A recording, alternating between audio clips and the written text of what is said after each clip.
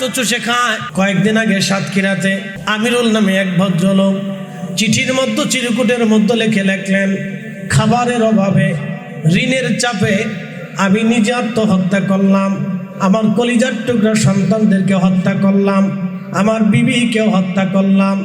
একই পরিবারের 4 জন মিলে নিজেরা নিঃশেষ হয়ে গেল, আত্মহত্যা করলো। কিসের জন্য? খাবারের জন্য। এদেশে কারো ব্যাংকের মধ্যে হাজার হাজার কোটি টাকা আছে, খাবারের তার অভাব নাই, কিন্তু আমারও দেশের আমিরুল খাবারের অভাবে মরে গেল, আত্মহত্যা করলো।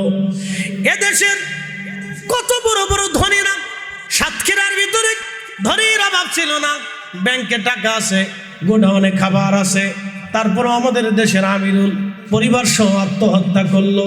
কারণটা কি? একটাই মাত্র কারণ, এই জমিনে আমার নবীর আদর্শ নাই। যদি রসুলের আদর্শ থাকতো, আল্লাহর কসম আমিরুলের আত্মহত্যা করা লাগে না। কথা কর না কেন, ঠিক কিনা? আমরা শুধু মনে করি পাকড়ি মাথায় দিয়ে রাস্তায় হাঁটলে বুঝি বিরাট সুন্নত আদায় হয়ে যাবে, বা জুব্বা গায়ে দিয়ে হাঁটলে বুঝি সুন্নত আদায় হয়ে যাবে। কিন্তু না, গরিবের বাড়ি খাবার পৌঁছাই দেওয়া ছিল অরিজিনাল সুন্নত, আমরা পৌঁছাইতে পারি নাই। আর আমার দেশের কিছু আলেমরা আছে, ওই মিলাদুন নবী বন্ধ করো, ওই ফাতেহা বন্ধ করো, ওই মিলাদ বন্ধ করো, ওই দোয়া বন্ধ করো, ওই বুকের উপরে হাত বেঁধে নামাজ পড়ো, ওই তারাবির নামাজ 8 রাকাত বানাও, ওই বেতরের নামাজ 1 রাকাত বানাও। মনে হয় ওরা দুনিয়াতে শয়তানি করার জন্য আল্লাহ টেন্ডার দিয়ে পাঠাইছে। শয়তানি টেন্ডার তো শয়তান নিয়ে দুনিয়াতে আসছে, শয়তানি টেন্ডার তো কোনো আলেমের হওয়ার কথা না। আমার মসজিদে ভেজাল বাড়ানোর কথা ছিল না, আমার সমাজে ভেজাল বাড়ানোর কথা ছিল না। মিলাদুন নবীর মাহফিলের জন্য বন্ধ করার জন্য তো তোমাকে বলা হয় নাই, দোয়া বন্ধ করার জন্য তো তোমাকে বলা হয় নাই। তোমাকে বলা হয়েছিল এই জমিনে ইনসাফ প্রতিষ্ঠিত করার জন্য। আমার দেশের হাজার হাজার হাজার হাজার বিচার সালিশ হয়, হাজার হাজার বিচার সালিশ হয়, টাকা দিয়া অন্যায় বিচার হয়।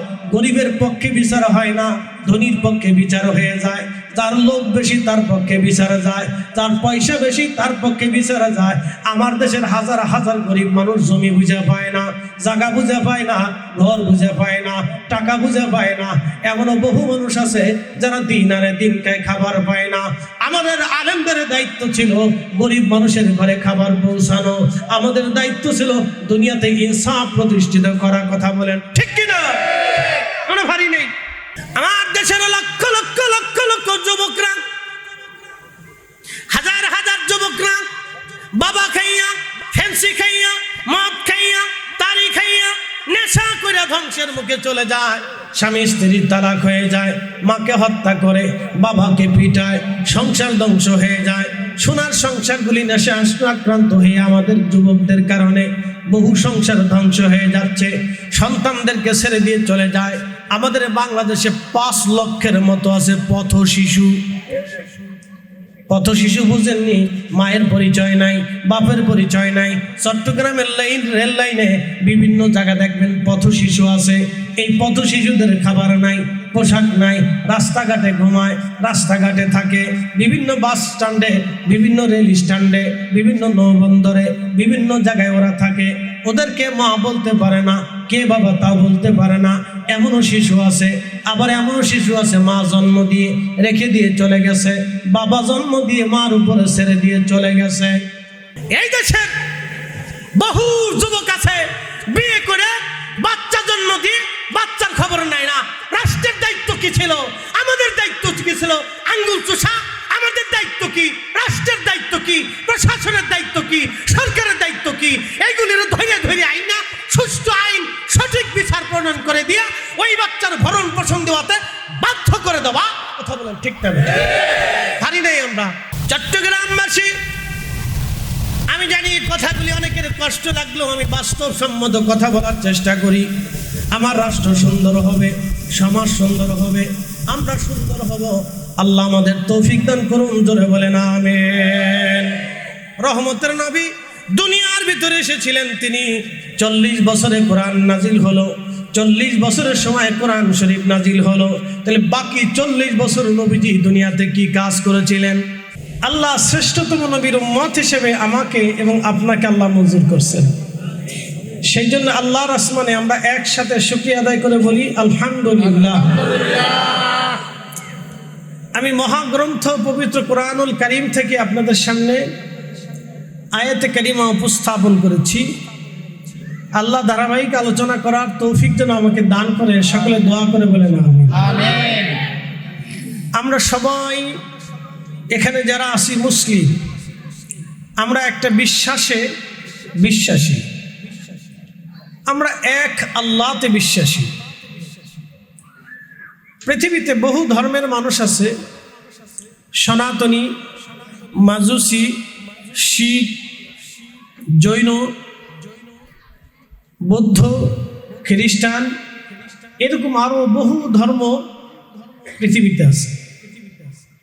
শুনলে আশ্চর্য হবেন, ইয়াজিদি ধর্ম আছে, ইয়াজিদি ধর্ম আছে, অনেক ধর্ম পৃথিবীতে আছে, হাজার হাজার ধর্ম পৃথিবীতে আছে, হাজার হাজার ভাষা পৃথিবীতে আছে।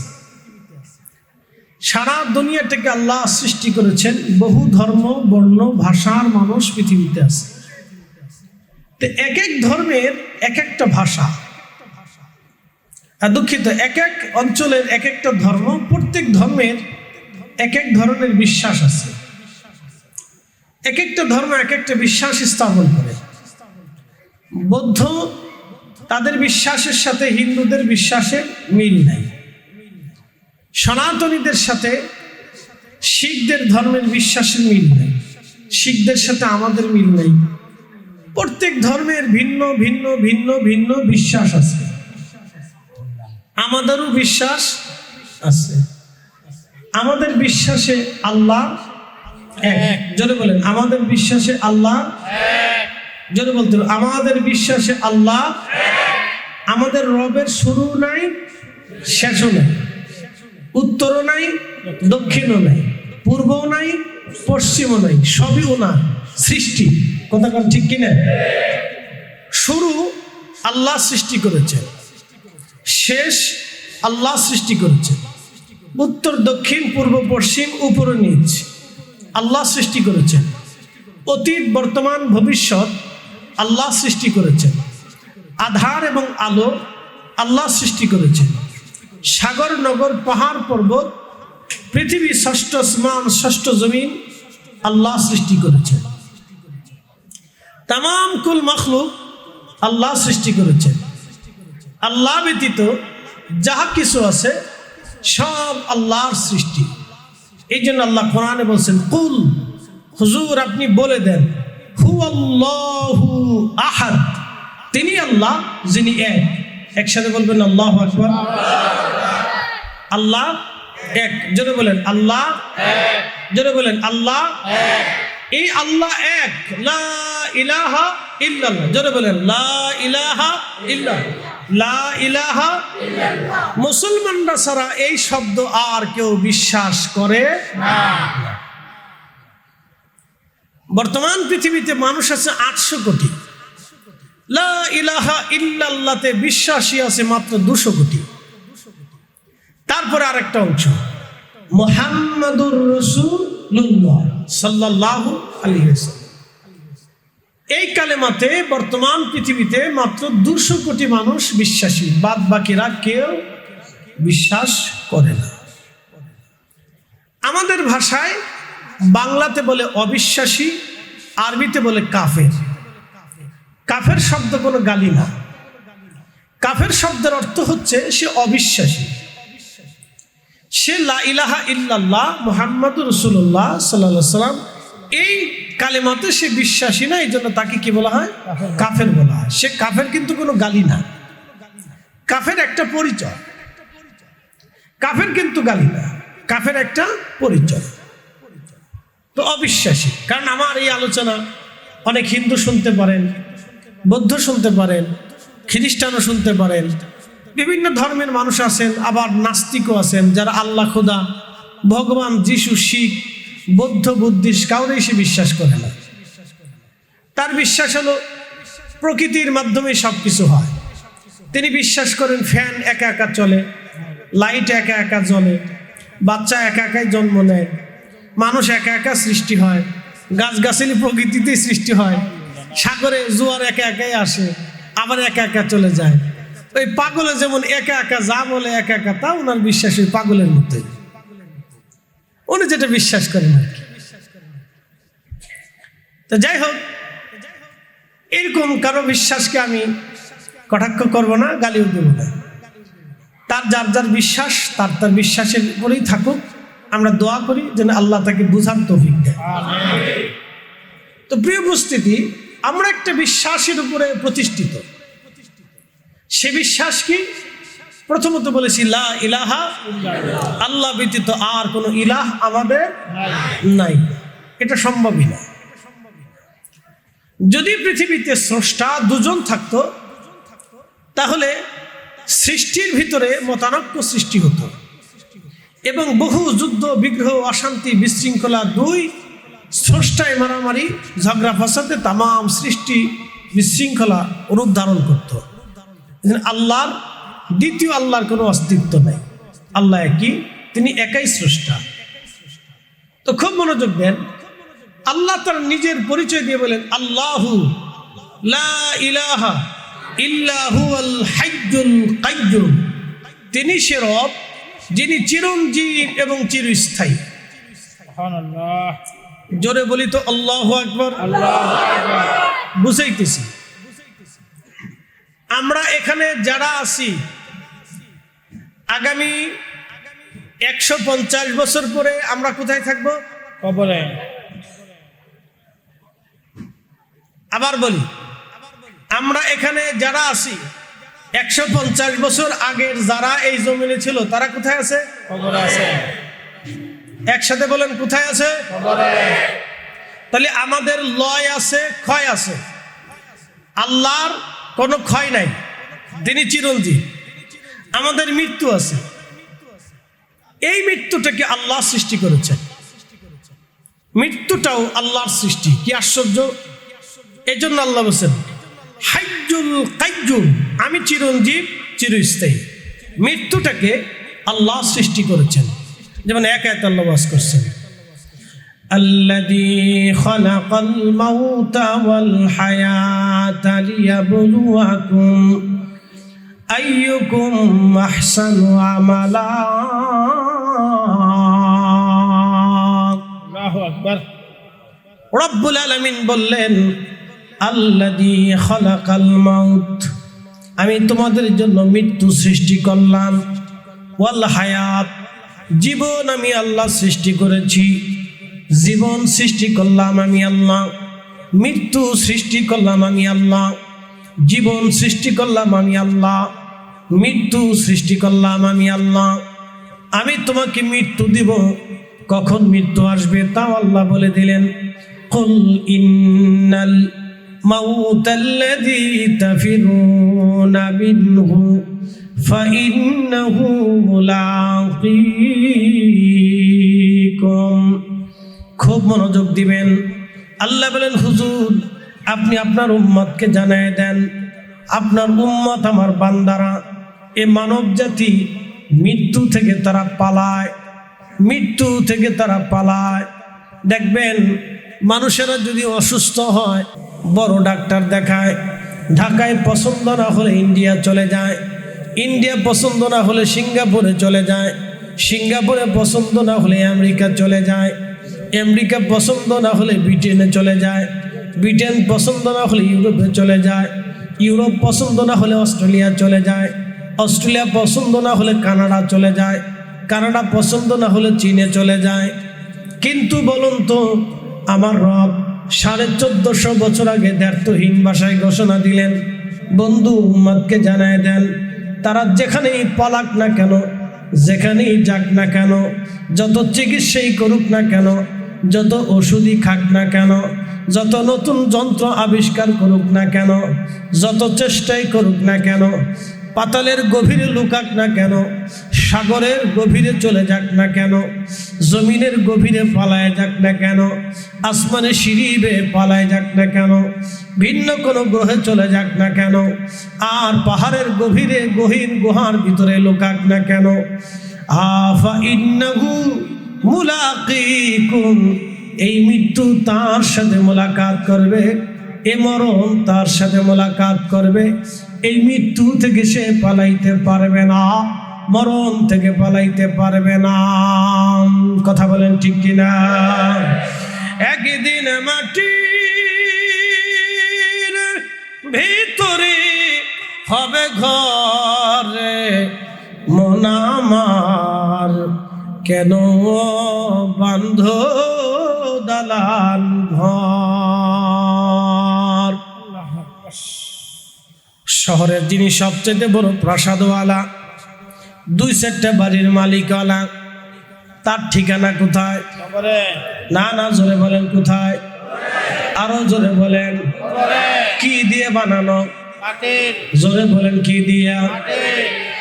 শহরের যিনি হাজার হাজার কোটি টাকার মালিক, অথবা সাগরের যার 2-4টা বড় বড় জাহাজ আছে, এক একটা জাহাজ 2-4, 10, 15, 20, 30, 50, 100 কোটি টাকার মালিক একটা জাহাজ। এইরকম দিয়ে যদি বাংলাদেশের কয়েক হাজার কোটি টাকার মালিক হোক, 50,000 কোটি টাকার মালিক হোক, 80,000 কোটি টাকার মালিক হোক, 1,00,000 কোটি টাকার মালিক হোক, তার কবরের ঠিকানা হবে মাটি। মাত্র বরাদ্দ 3.5 হাত, কাফনের কাপড় মাত্র 3 টুকরা, 1 টুকরাও বেশি হবে না, 1 ইঞ্চি মাটি বেশি বরাদ্দ হবে না। কথা কন ঠিক কিনা? খুব মনোযোগ দেন। আসার সময় আসলেন, কোনো পকেট ছিল না। আপনি যেখানে দুনিয়াতে আসলেন, আপনার নিজস্ব কোনো ক্ষমতা নাই, আপনার চোখের ক্ষমতা নাই, জবানের ক্ষমতা নাই, হাতের ক্ষমতা নাই, আপনার কোনো পাওয়ার নাই, না রাষ্ট্রীয় পাওয়ার, না ব্যক্তিগত পাওয়ার, না সামাজিক পাওয়ার, না জ্ঞানের পাওয়ার, না বিদ্যার পাওয়ার, না ক্ষমতার পাওয়ার, না বিজ্ঞানীর পাওয়ার, না মেধার পাওয়ার। আপনি যখন দুনিয়াতে আসলেন তখন আপনি ছিলেন একা, কিছুই ছিল না আপনার। যখন দুনিয়াতে বড় হলেন তখন আপনি দিক শূন্য। আগামীকাল ফরিদি বেঁচে থাকবে কিনা ফরিদি সাহেব নিজেও জানে না। আজকে রাত এখান থেকে মাহফিল করে যাবে কিনা ফরিদি সাহেব নিজেও জানে না। এবং নিঃশ্বাস ছেড়ে দিয়েছে, গ্রহণ করতে পারবে কিনা ফরিদি সাহেব তাও জানে না। নিঃশ্বাস গ্রহণ করেছে, ছেড়ে দিতে পারবে কিনা ফরিদি সাহেব তাও জানে না। এখানে কেউ জানে না, কোনো বিজ্ঞানী জানে না, কোনো সায়েন্টিস্ট জানে না, রাশিয়ার প্রেসিডেন্ট জানে না, আমেরিকার প্রেসিডেন্ট জানে না, এই সৌদি আরবের রাজা জানে না, বাংলাদেশের উপদেষ্টা জানে না, পৃথিবীর সবচেয়ে বড় সেনাপ্রধান ও বন্ধু সেও জানে না, পৃথিবীর বড় বড় সেনাপ্রধানরাও জানে না, বড় বড় জ্ঞানী ডাক্তাররাও জানে না আগামী মুহূর্ত তার জন্য কি আসবে। আবার যখন চলে যাবে তখনও কবরে চলে যাবে একা। আসার সময় আসলো একা, কবরে যাওয়ার সময় গেল একা। যাওয়ার সময় একেবারে কিছুই নাই, মাত্র 3টা কাফনের কাপড় বরাদ্দ, এর বেশি কিছু নিতে পারে নাই। ব্যাংকে পড়ে আছে হাজার হাজার কোটি টাকা, জমিনে আছে হাজার হাজার বিঘে সম্পত্তি, অনেক বড় বড় ইন্ডাস্ট্রি গ্রুপের মালিক, বিরাট বড় ক্ষমতা, তিনি মাননীয় রাষ্ট্রপ্রধান। কোনো লাভ হবে না, কবরে একা, কবরে একা, কবরে একা। বিরাট বড় রাষ্ট্রপতি, যাওয়ার সময় মাত্র 3টে কাফনের কাপড়। বিরাট বড় অর্থমন্ত্রী, যাওয়ার সময় 3টে কাফনের কাপড়। বিরাট বড় স্বরাষ্ট্রমন্ত্রী, যাওয়ার সময় কাফনের কাপড়। বিরাট বড় ক্ষমতাওয়ালা সেনাপ্রধান, যাওয়ার সময় 3টে কাফনের কাপড়। বিরাট বড় পুলিশ প্রধান, যাওয়ার সময় 3টে কাফনের কাপড়। এর বেশি কিছু বরাদ্দ হবে না। কথা বলেন ঠিক কিনা? তারপরেও মানুষ চুরি করে, তারপরেও মানুষের গরিবের রক্ত চুষে খায়। কি কথা কন না কেন? তারপরেও মানুষ গরিবের রক্ত চুষে খায়। কয়েকদিন আগে সাতক্ষীরাতে আমিরুল নামে এক ভদ্রলোক চিঠির মধ্যে, চিরকুটের মধ্যে লিখলেন, খাবারের অভাবে, ঋণের চাপে আমি নিজে আত্মহত্যা করলাম, আমার কলিজার টুকরা সন্তানদেরকে হত্যা করলাম, আমার বিবিকেও হত্যা করলাম।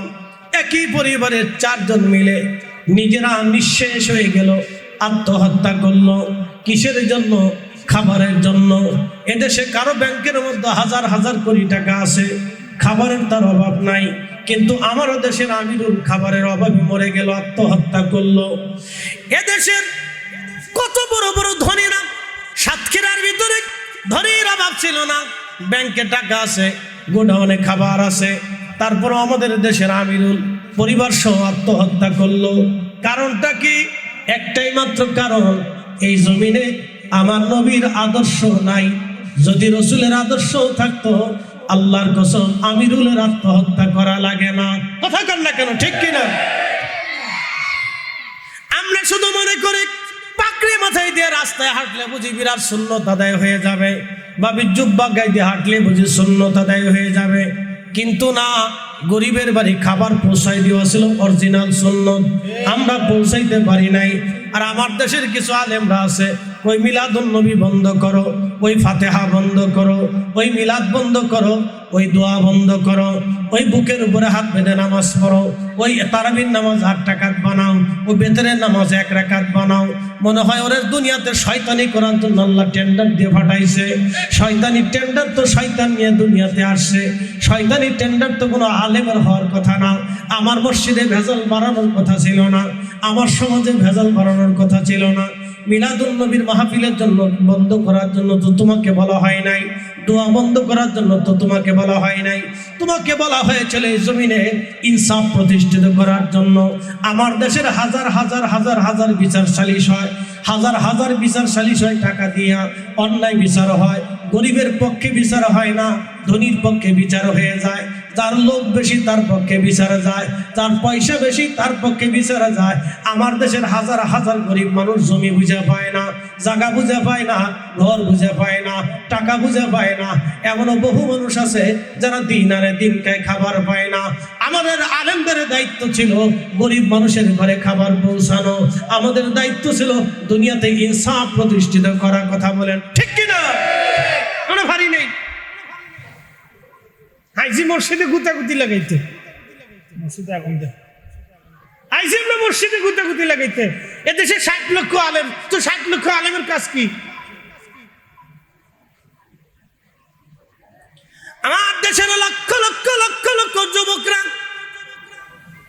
হাজার হাজার যুবকরা বাবা খাইয়া, ফেন্সি খাইয়া, মদ খাইয়া, তারি খাইয়া, নেশা করে ধ্বংসের মুখে চলে যায়। স্বামী স্ত্রীর তালাক হয়ে যায়, মাকে হত্যা করে, বাবাকে পিটায়, সংসার ধ্বংস হয়ে যায়। সোনার সংসারগুলি নেশা আক্রান্ত হয়ে আমাদের যুবকদের কারণে বহু সংসার ধ্বংস হয়ে যাচ্ছে। সন্তানদেরকে ছেড়ে দিয়ে চলে যায়। আমাদের বাংলাদেশে 5 লক্ষের মতো আছে পথ শিশু। পথ শিশু বুঝেননি? মায়ের পরিচয় নাই, বাপের পরিচয় নাই। চট্টগ্রামের রেল লাইনে বিভিন্ন জায়গা দেখবেন পথ শিশু আছে। এই পথ শিশুদের খাবার নাই, পোশাক নাই, রাস্তাঘাটে ঘুমায়, রাস্তাঘাটে থাকে। বিভিন্ন বাস স্ট্যান্ডে, বিভিন্ন রেল স্ট্যান্ডে, বিভিন্ন নৌবন্দরে, বিভিন্ন জায়গায় ওরা থাকে। ওদেরকে মা বলতে পারে না, কে বাবা তা বলতে পারে না। এমনও শিশু আছে, আবার এমনও শিশু আছে মা জন্ম দিয়ে রেখে দিয়ে চলে গেছে, বাবা জন্ম দিয়ে মার উপরে ছেড়ে দিয়ে চলে গেছে।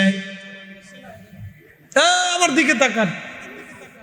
এই দেশে বহু যুবক আছে বিয়ে করে বাচ্চা জন্ম দিয়ে বাচ্চার খবর নাই না। রাষ্ট্রের দায়িত্ব কি ছিল? আমাদের দায়িত্ব কি ছিল? আঙ্গুল চুষা। আমাদের দায়িত্ব কি? রাষ্ট্রের দায়িত্ব কি? প্রশাসনের দায়িত্ব কি? সরকারের দায়িত্ব কি? এইগুলির ধরে ধরে আইনা সুষ্ঠু আইন, সঠিক বিচার প্রণয়ন করে দিয়া ওই বাচ্চার ভরণ পোষণ দেওয়াতে বাধ্য করে দেওয়া। কথা বলেন ঠিক না? হারি নাই আমরা। আমরা মিলাদ বন্ধ করতে, ইস আমরা আছি কেটে দোয়া করবো, কেটে দোয়া সারবো, এটা লইয়া।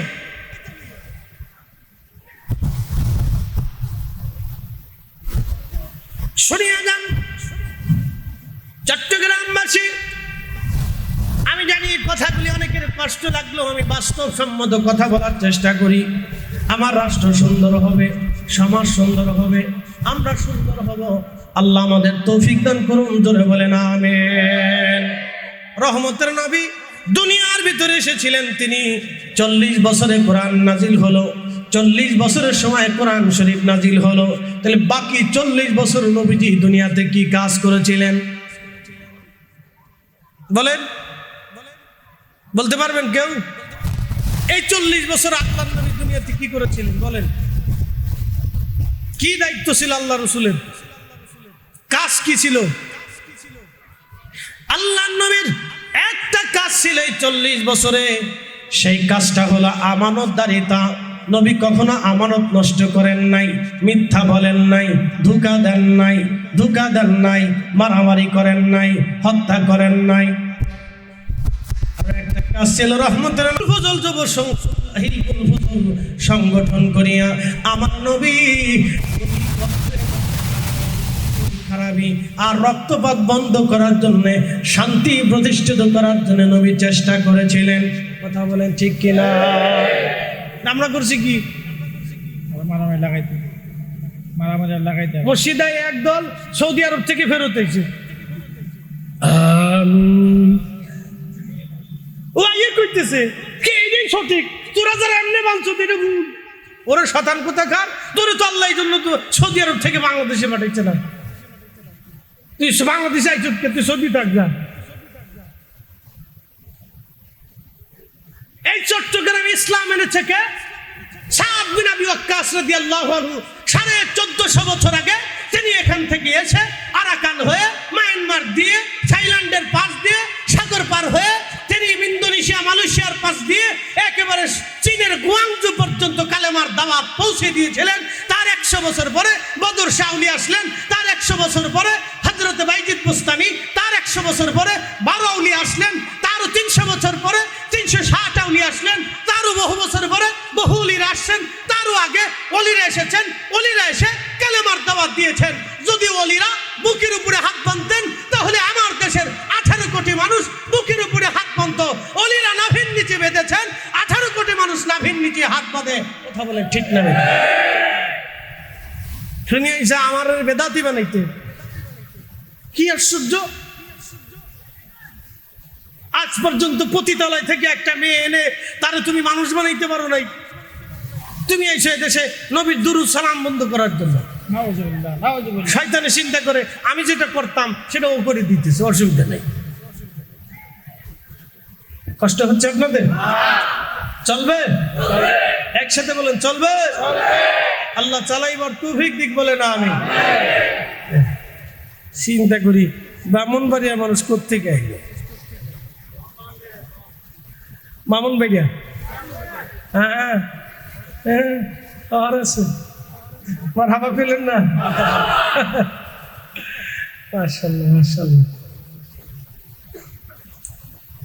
খুব মনোযোগ দেন। আল্লাহ দুনিয়াতে আমাদেরকে কি দায়িত্ব দিবে? কাজ কি? আমার খালি কামাই করবেন আর খাবেন আর ঘুমাবেন নাই তো এই তো কাজ না? এটা কাজ না। কাজ আল্লাহ আর একটা দিচ্ছে, দারুণ কাজ দিচ্ছে। সেই কাজ আমাদেরকে আঞ্জাম দিতে হবে। চমৎকার কাজ দিছে। শোনেন, আমরা কিন্তু কুকুর না, আমরা মানুষ। শোনেন, আমরা কিন্তু বন্য প্রাণী না, আমরা মানুষ। শোনেন, আমরা কিন্তু বাকি 4 লক্ষ প্রজাতির জীব এবং জানোয়ার না, আমরা মানুষ। আল্লাহ আমাদেরকে শ্রেষ্ঠত্ব দিয়েছেন, আশরাফুল মাখলুকাত বানিয়েছেন, আমরা মানুষ। আমরা মানুষ। শোনেন, যে বেটা রাষ্ট্রের টাকা চুরি করে ও মানুষ না, এটা জানোয়ারের চেয়ে নিকৃষ্ট। কুত্তা খায় কিন্তু বেঈমানি করে না। যারা গরিবের হক নষ্ট করে ও নিজেও খায়, বেঈমানিও করে, ও মানুষ না, কুকুরের চেয়ে নিকৃষ্ট। কথা বলেন ঠিক কিনা? আপনি মানুষ পাইলেন কই? দেশে বহু মানুষ আছে, মানুষের সংখ্যা খুব কম, খুব কম মানুষের সংখ্যা। প্রিয় উপস্থিতি, খুবই মনোযোগের সাথে শুনবেন। আমি যে কথাগুলি বলছিলাম মনোযোগ দিবেন। রব্বুল আলামিন আমাদেরকে দুনিয়াতে পাঠাইলেন, পৃথিবীতে আসলাম আমরা মানুষ, আশরাফুল মাখলুকাত। আমাদের কাজ কি, করণীয় কি? রব্বুল আলামিন আমাদের কিছু কিছু কাজ দিয়েছেন। এই কাজগুলি আমাদের অত্যন্ত দরকার। এই যে আপনারা আজকে আসলেন, ছোট ছোট বাচ্চারা মাহফিল সাজাইছে, ওরা কিন্তু মেম্বারি চেয়ারম্যানি টেন্ডারবাজি চান্দাবাজি করবে না। ওরা কেন মাহফিলটা দিল? ইশকে রাসূলের মহব্বতে, আমার রাসূলের মহব্বতে ওরা বাগান সাজাইছে, ছোট ছোট বাচ্চারা সাজাইলো, যুবকরা ইন্তজাম করলো, পরিশ্রম করলো, সাজাই শেষ করলো। আমরা দাওয়াত দিচ্ছি, প্যান্ডেল করছে, মাইকিং করছে, আরো কিছু কিছু, আবার উপর রান্না করছে, আপনাদেরকে খাওয়াবো। এই মানুষের ভিতরে আবার এক মানুষ আছে, এক টুকলা নিয়ে আরো 2 টুকলার ধান্দা করবে। আস্তে কটকা জোরে বলেন। এই মানুষের ভিতরে মানুষ আছে, ও আজও শুনবে টুকলা একটার পরিবর্তে 4টে নেওয়ার ধান্দা করবে। আবার এই মানুষই মসজিদে নামাজ পড়তে যাবে, ভালো জুতা জোড়া চুরি করে নিয়ে আসবে। এরা মানুষ, তার মানুষ কই পেলে মানুষের সংখ্যা খুব কম আছে। খুব মনোযোগ দিয়ে শুনবেন। আল্লাহর জমিনে রব্বুল আলামিন আমাদেরকে মানুষ বানায়া দুনিয়াতে পাঠাইলেন। আমরা মানুষ, কাজ কি আমাদের? মানুষ হইয়া ভবেতে আসিয়া মানুষের করিলাম কি? মানুষ হইয়া ভবেতে আসিয়া মানুষের করিলাম কি? নবী না মানিলাম কি যে ভুল করিলাম, নবী না মানিলাম কি যে ভুল করিলাম, ভস্মে ডালিলাম ঘি। মানুষ হইয়া ভবেতে আসিয়া মানুষের করিলাম কি? একটু দুরূদ পড়েন। আল্লাহুম্মা সাল্লি আলা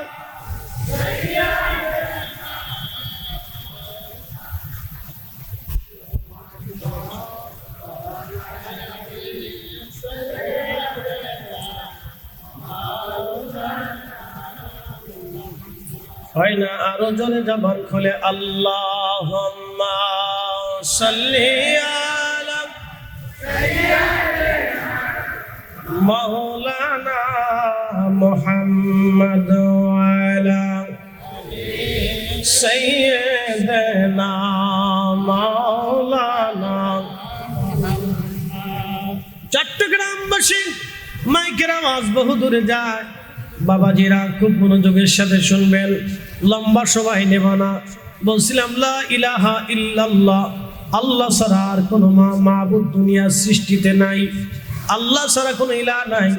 সেই রব আমাদেরকে বললেন, হে আমার বান্দারা, ফাবি আইয়ি আলাই রাব্বিকুমা তুকাযিবান। আমি আল্লাহর দেওয়া কোন কোন নিয়ামত আছে তুমি অস্বীকার করবে বলো? আমি আল্লাহর দেওয়া কোন কোন নিয়ামত আছে অস্বীকার করবে বলো? সৃষ্টির ভিতরে রব্বুল আলামিন যা সৃষ্টি করলেন সবই মানুষের জন্য বানাইলেন। সূর্য কেন উদিত হয়? সূর্যের আলো দেয়, 1 সেকেন্ড দেরি হবে না, 1 সেকেন্ড দেরি হবে না, আগে উঠবে না পরে উঠবে না।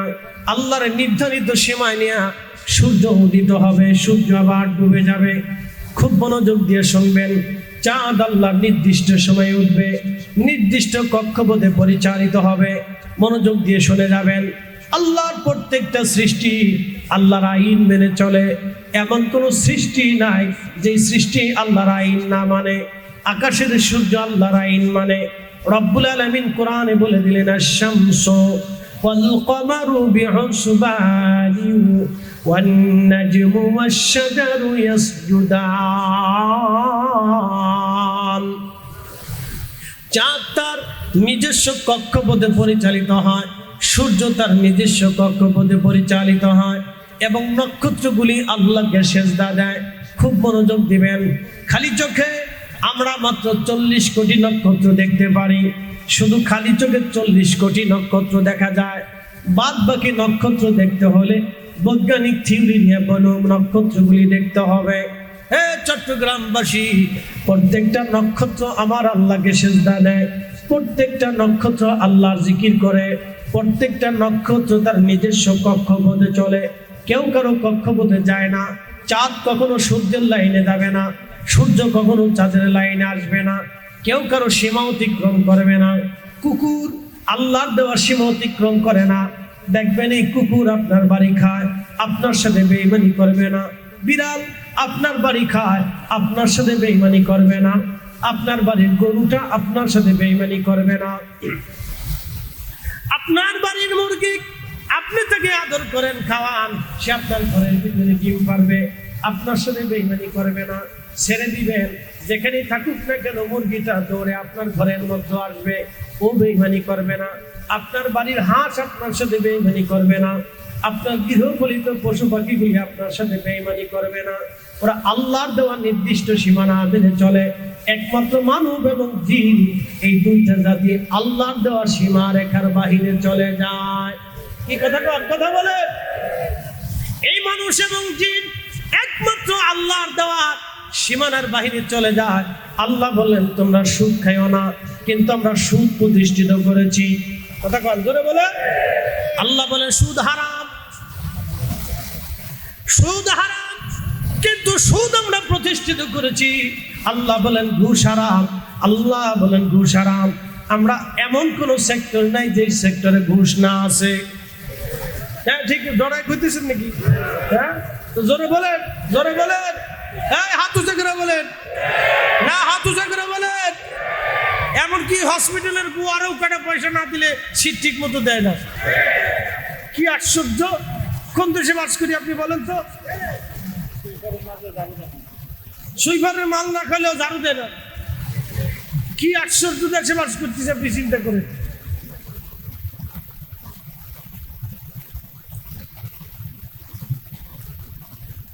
এইভাবে যদি চলে তো আগামীর বাংলাদেশের অবস্থা কি হবে?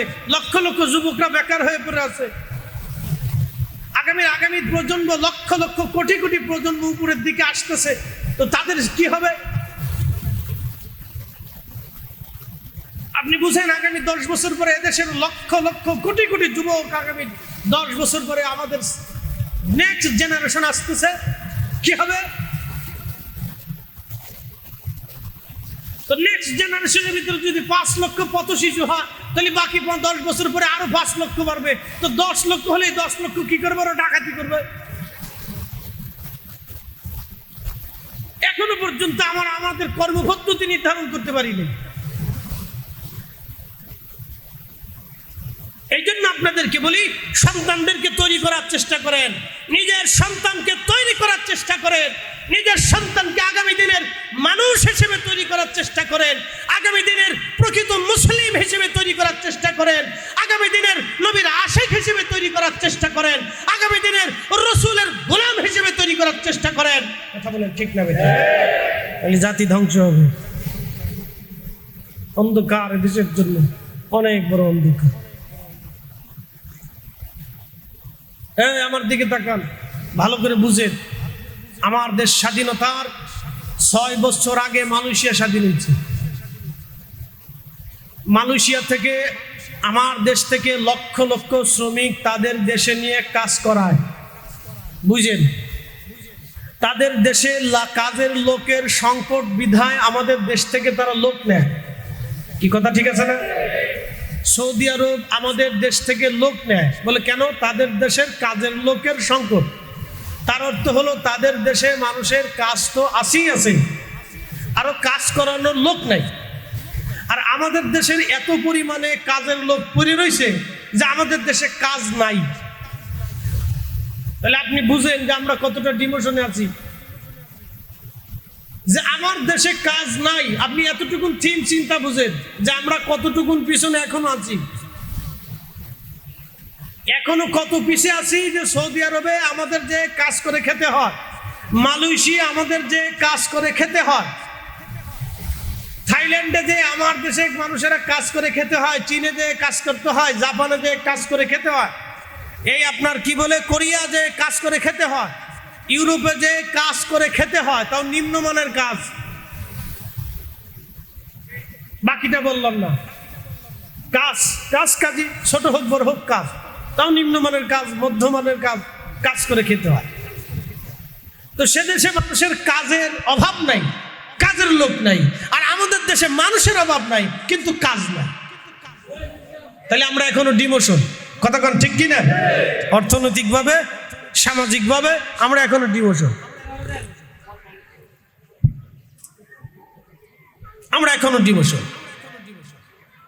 খুব মনোযোগ দিবেন, ভালো করে শুনে যাবেন। খালি ওয়াজ শুনে গেলে হবে না। আমি কিন্তু একটা জায়গায় ওয়াজ রাখছিলাম যে আমিরুল সাতক্ষীরা সে চিঠি লিখে মারা গেল যে ঋণের চাপে আর ক্ষুধার অভাবে নিজে আত্মহত্যা করলাম, নিজের কলিজার টুকরা সন্তানদেরকে মেরে ফেললাম।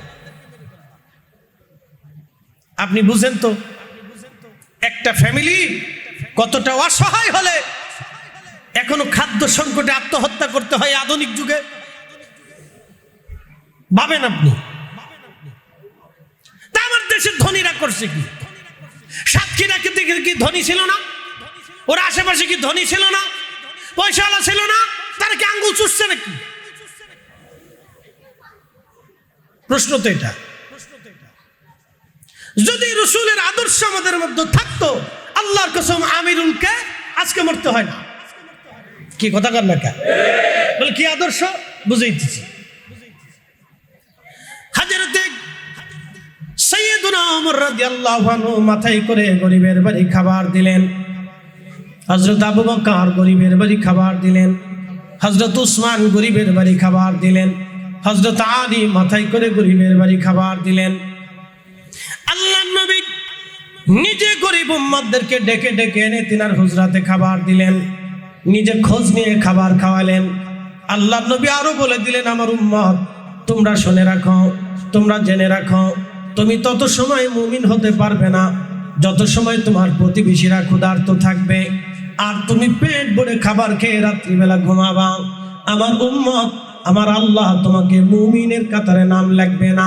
তুমি তাহাজ্জুদ পড়লেও নাম লিখবে না, তুমি হজ করলেও নাম লিখবে না, তুমি কাবা ঘর ধরে কান্নাকাটি করলেও কাজ হবে না। কারণ তোমার প্রতিবেশী ক্ষুধার্ত অবস্থায় রাত্রিবেলা না ঘুমিয়ে আছে আর তুমি পেট ভরে রাত্রিবেলা খেয়ে ঘুমাইছো, আমার উম্মত তোমার নাম মুমিনের কাতারে লেখা হবে না। সহিহ মুসলিমে রহমতের নবীজি বললেন, আমার উম্মত কিয়ামতের ময়দানে আল্লাহ তার বান্দাদেরকে ডাক দেবে, হে আমার বান্দা আব্দুল আলিম, আব্দুল করিম, আব্দুর রহিম, আসো আসো আসো আমার কাছে আসো, দাঁড়াও। আল্লাহ ডাক দেবে, হে আব্দুল করিম, আমি ক্ষুধার্ত ছিলাম, তুমি আমাকে খাবার দাও নাই কেন বলো? ভালো করে শুনে যাবেন, ওয়াজ শুনতে হবে, এগুলি শুনতে হবে। আমাদের দেশের সামাজিক এত অবক্ষয় হয়েছে বলাই ভাষার মতো না। মানুষের সামনে মানুষ খুন করে ফেলাইতেছে, হাজার হাজার মানুষ চারপাশে দাঁড়াই রয়েছে, কেউ ধরেও না, ঠেকাও না, প্রতিবাদও করে না। হ্যাঁ, আবার ভিডিও করে সারে দেখেন কেমনে খুন হইতেছে। তুমি কি আঙ্গুল চুষছো নাকি ওই সময়? কি কথা কন না বুঝেন না? এটা সামাজিক অবক্ষয়। এই তাজ্জামে জাহিলিয়াত চলতেছে এখন।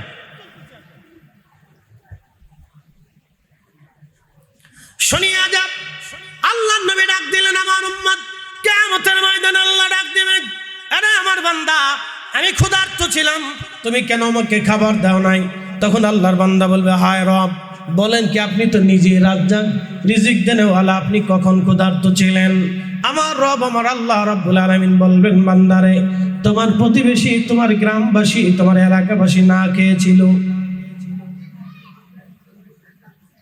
তুমি যদি সেই দিন তার ঘরে খাবার পৌঁছাইতা, তুমি যদি তাকে খাবার খাওয়াইতা, আমার বান্দা আজকে আমি আল্লাহর খাবার খাওয়া হয়ে যাইতো। সুবহানাল্লাহ বলবেন না? হ্যাঁ না, আরো জোরে বলেন, জোরে বলেন, জোরে জোরে। তুমি যদি আমার বান্দার ঘরে খাবার পৌঁছাইতা, আমার ক্ষুধার্ত বান্দারে খাবার খাওয়াইতা, ও বান্দা আমি আল্লাহর খাবার খাওয়া হয়ে যাইতো। আল্লাহ বলবেন, রে বান্দা আমি তৃষ্ণার্ত ছিলাম, তোমরা সেই দিন আমাকে পানি পান করাও নাই। সেই দিন বান্দারা বলবে, হে রব আপনি বলেন কি? আমরা আপনি তো নিজেই পানি দেনেওয়ালা, বৃষ্টি বর্ষণওয়ালা, সাগর সৃষ্টি করনেওয়ালা, আপনি তো রিজিক বন্টন করনেওয়ালা, দেনেওয়ালা। আল্লাহ অতারজুকু মান তাশাউ বিগাইরি হিসাব, আপনি যাকে খুশি তাকে অগণিত রিজিকের মালিক আপনি বানায়া দেন। আল্লাহ আপনি বললেন কি? আপনি তৃষ্ণার্ত ছিলেন, আপনি পানি পান করেন নাই, আপনাকে কেউ পানি দেয় নাই। আল্লাহ বলেন কি? আমার রব সেই দিন ডাক দেবে, হে বান্দা তোমার প্রতিবেশী তৃষ্ণার্ত ছিল, তোমার এলাকাবাসী তৃষ্ণার্ত ছিল। এর অর্থ হলো আরবের জমিনে পানির বড় অভাব ছিল, পানির বড় কঠিন সমস্যা ছিল। সেই সময় আরবের দেশে এমন মুহূর্ত হয় স্বর্ণের চাইতে পানির দাম বেশি হয়ে যায়, খাবারের চাইতে পানির দাম বেশি। এই জন্য পানির গুরুত্ব বোঝানো হয়েছে। আল্লাহ বলবেন বান্দারে, তোমার প্রতিবেশী তৃষ্ণার্ত ছিল, পানির অভাবে ছিল, তুমি তাকে পানি দাও নাই, তুমি তাকে খাদ্য দাও নাই, খাবার দাও নাই, তার কলিজা ঠান্ডা বানাও নাই, তার ক্ষুধা নিবারণ করো নাই, তার তৃষ্ণা নিবারণ করো নাই। যদি করতা আমি আল্লাহর তৃষ্ণা নিবারণ হয়ে যাইতো। চিৎকার মেরে ধরে বলেন না মারহাবা। এই এই আমার দিকে তাকান, আমাদের দেশের বহু যুবক আছে বাপ মারে খাইতে দেয় না। কথা কন না, জোরে বলেন। এই আমাদের আলেমদের কি দায়িত্ব ছিল বলেন তো? খালি মসজিদ ইমামতি করা। আমাদের আলেমদের দায়িত্ব কি দোয়া বন্ধ করা? আমার আলেমদের দায়িত্ব কি মাহফিল বন্ধ করা, মিলাদুন নবী বন্ধ করা, দুরূদ বন্ধ করা, সালাম বন্ধ করা, এই ফাতিহা বন্ধ করা, মানুষকে খাওয়ানো বন্ধ করা? আমরা আলেমদের দায়িত্ব ছিল সারা এলাকার কমিটি গঠন করে যেই ছেলে বাপ মারে খাবার দেবে না ওরা ধরিয়ে এনে বাটাম চালান দেওয়া।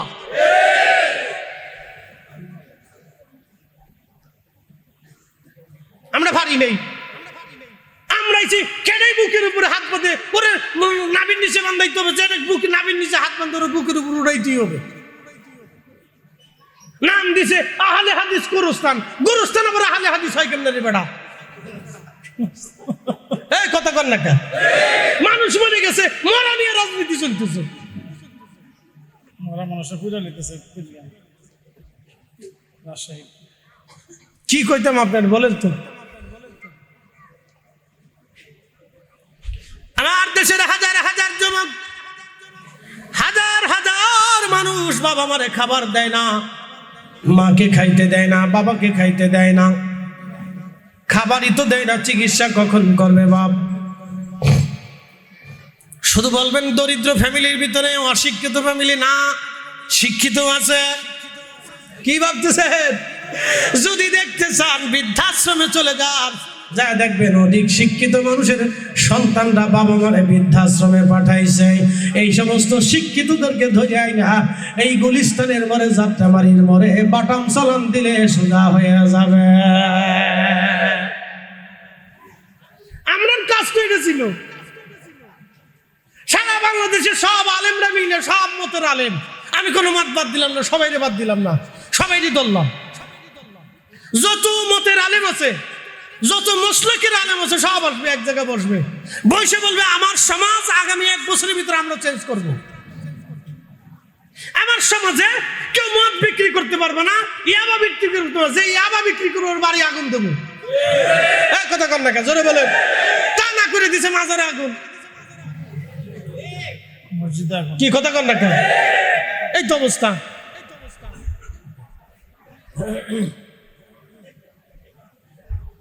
হাজার হাজার হাজার হাজার যুবকরা নেশায় আক্রান্ত। আল্লাহ আমাদেরকে বুঝার তৌফিক দান করুন, বলে না। কিছু কথা কইলাম বুঝের কথা, আমি জানি এটা হবে না। বলে হুজুর কেন হবে না?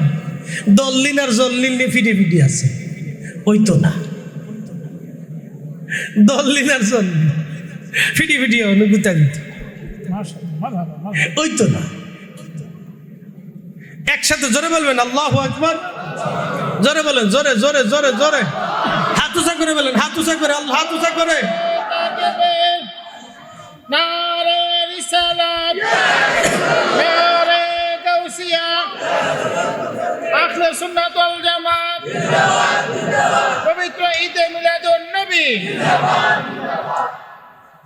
উপস্থিতি হাজিরিন, ভালো করে শোনো। রব্বুল আলামিন কিয়ামতের ময়দানে জিজ্ঞেস করবে, বান্দা আমি অসুস্থ ছিলাম, আমি কি ছিলাম? অসুস্থ ছিলাম না, জোরে বলেন। অসুস্থ। আল্লাহ অসুস্থ? আল্লাহ তো নিজেই শাফি, শেফা করনে বলা। কঠিন হাসরের মাঠে রব্বুল আলামিন বলবে, হে আমার বান্দারা, আমি অসুস্থ ছিলাম, তোমরা আমার সেবা করো নাই। আল্লাহর বান্দারা বলবে, রব বলেন কি?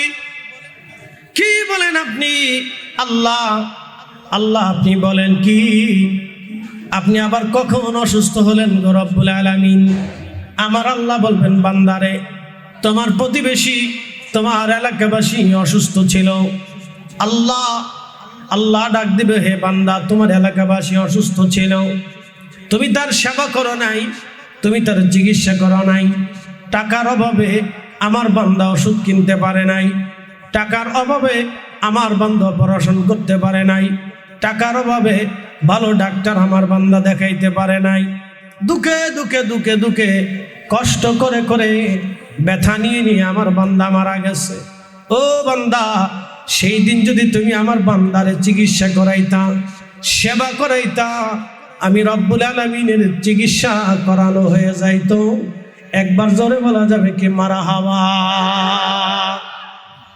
এই ধর্ম গেল কোথায়? এই ধর্ম গেল কোথায়? এটা অরিজিনাল অরিজিনাল অরিজিনাল রাসূলের সুন্নাত, অরিজিনাল রাসূলের সুন্নাত। এটা অরিজিনাল রাসূলের আদর্শ আমরা বাস্তবায়ন করতে পারি। উপস্থিতি হাজিরিন, খুব মনোযোগ দিবেন। মুসলমান চট্টগ্রামবাসী, আমাদের এই সুন্নতগুলি বাস্তবায়ন করার দরকার। নবী বললেন, মান আহাব্বা সুন্নতি ফাকাদ আহাব্বানি, যে আমার সুন্নতকে ভালোবাসে সে আমাকে ভালোবাসে। ও মান আহাব্বানি কানা মাই ফিল জান্নাহ, যে আমাকে ভালোবাসে সে আমার সাথে আল্লাহর জান্নাতে চলে যাবে। চিৎকার মেরে জোরে বলেন না মারহাবা।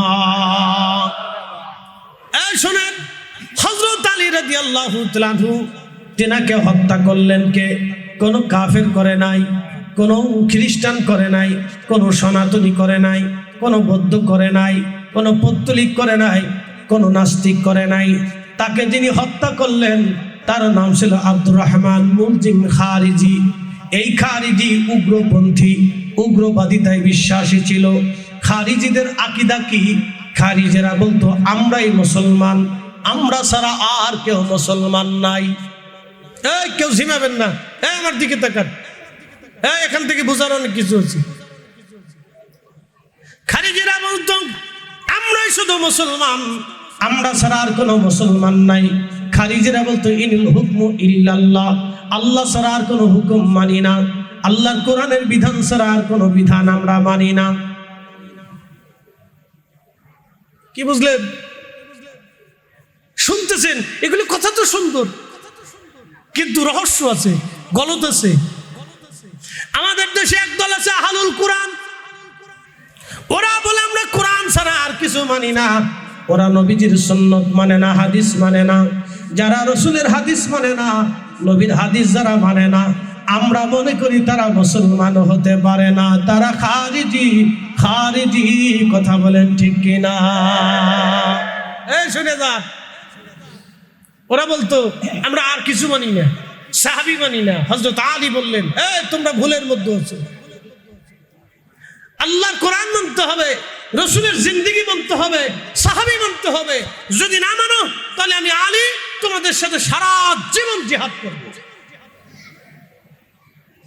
যুদ্ধ লেগে গেল, সাহাবীদের সাথে খারিজিদের যুদ্ধ হয়ে গেল, কঠিন যুদ্ধ।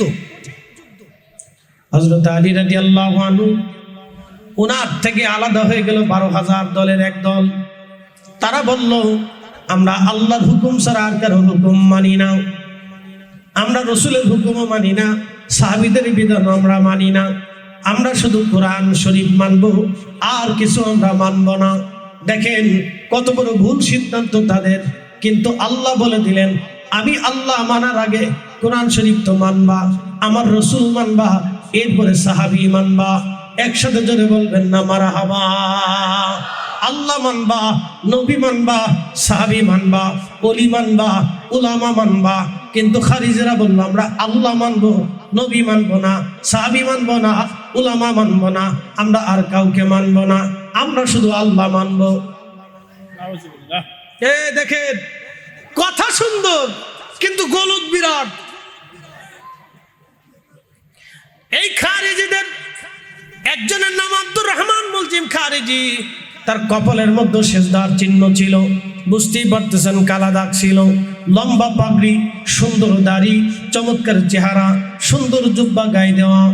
হযরত আলীকে নামাজরত অবস্থায় ছুরিকাঘাত করলেন। হযরত আলী শহীদ হয়ে যাবেন। তিন দিন পর্যন্ত তিনি আহত ছিলেন, রক্তক্ষরণ হলো। 3 দিন পরে তিনি শহীদ হয়ে গেলেন। ওনার জানাজা হলো কুফার মসজিদে। সকালবেলা ফজরের নামাজের পরে জানাজা হয়ে গেল। ওনাকে নিয়ে যাওয়া হলো গোরস্থানে। নিয়ে যাওয়ার পরে একজন খ্রিস্টান অন্ধ মেয়ে দৌড়া এসেছে, কুফার মসজিদের পাশে দাঁড়ায় অন্ধ কাঁদে। লোকেরা বলল, এ অন্ধ মহিলা, তুমি কি জন্য কাঁদো? বলতেছে, হে মুসলমানেরা বলো, আমার খলিফা আলী কি দুনিয়াতে আছে না মারা গেছে? অন্ধ খ্রিস্টান মেয়েটা বলতেছিল, হে মুসলমানেরা বলো, আমার খলিফা কি দুনিয়াতে আছে না মারা গেছে? আমার খলিফা দুনিয়াতে আছে না মারা গেছে? তোমরা বলো। ইসলাম কাকে বলে বুঝে যান, খলিফাদের থেকে বুঝে যান। হাজরাতে সাহাবীরা ডাক দিলেন, হে খ্রিস্টান মেয়ে, আমাদের খলিফা আজকে সকালবেলা ভোরে তিনি ইন্তেকাল করেছেন, শহীদ হয়েছেন। ওনার জানাজা পড়াইয়া ওনাকে দাফন কাফন করাই আমরা কবরস্থ করে দিয়ে চলে আসছি। তখন মেয়েটা হাউমাউ করে কাঁদতেছিল, ডুকরি আর বলে, আমি বুঝতে পেরেছি আমার খলিফা দুনিয়াতে নাই। তখন মুসলমানরা জিজ্ঞেস করলো, হে খ্রিস্টান মেয়ে, তুমি খলিফা দিয়ে কি করবা? তুমি না অন্য ধর্মের, আমাদের খলিফা না মুসলমান, তো মুসলিম খলিফা দিয়ে তোমার কাজ কি বলো? তখন খ্রিস্টান মেয়েটা কেঁদে কেঁদে বলতেছিল, হে মুসলমানেরা, তোমরা জানো না আমার খলিফা কত ভালো ছিল। প্রত্যেক রাত্রিবেলা এশার নামাজ পড়ে আমার খলিফা বাইতুল মালে যাইতেন। আমি অন্ধ ছিলাম, চোখে দেখতাম না। আমার খলিফা নিজে হাতে করে আমার জন্য খাবার নিতেন, আমার বাড়িতে যাইতেন, ঘরের দরজার পাশে দাঁড়াইয়া আমার খোঁজ খবর নিতেন। আমি খাই কি খাই না, সুবিধা না অসুবিধা, আমি কেমন আছি। প্রত্যেক রাত্রিবেলা আমার খলিফা আমার খোঁজ নিয়ে তারপরে বাড়ি যাইতেন। শোনো, আজকে 3 রাত হয়েছে আমার খলিফা আমার বাড়ি যায় নাই, আমার ঘরে যায় নাই, কোনো লোক নিয়োজিত করে দিয়ে যায় নাই, লোক মারফত আমার খবর নেয় নাই। তখন আমি বুঝছি আমার খলিফাতুল মুসলিমিন আলী আর দুনিয়াতে নাই। ঠিক আমি যেটা অনুমান করেছি, আমার খলিফা আজকে দুনিয়াতে নাই। আহা, খুব ভালো করে শুনে যাবেন, এটার নাম খোলাফায়ে রাশিদ। খোলাফায়ে রাশিদ হকপন্থী খলিফা, তারা সত্যের উপরে তারা প্রতিষ্ঠিত ছিলেন, কোরআনের বিধানের উপরে তারা প্রতিষ্ঠিত ছিলেন, নবীর সুন্নতের উপরে তারা প্রতিষ্ঠিত ছিলেন।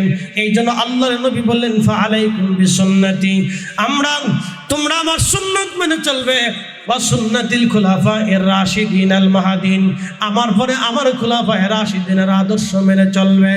হযরত আলী একজন অন্ধ খ্রিস্টান পরিবারের ঘরে যদি খাবার পৌঁছাইতে পারে, তাহলে আমি মুসলমান হইয়া আমি কেন হিন্দুর বাড়ি খাবার পৌঁছাবো না?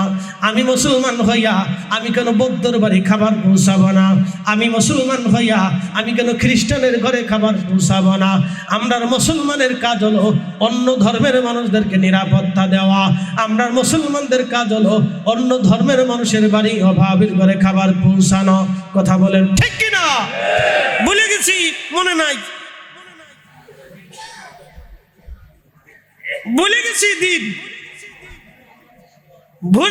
দিন, মনে নাই। রসুলের আদর্শ শিখে যান, এগুলি আল্লাহ রসুলের আদর্শ ছিল।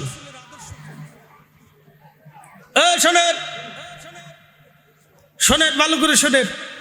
এক বেদুইন আসছে মসজিদে নববীতে, আইসা পেশাব শুরু করছে।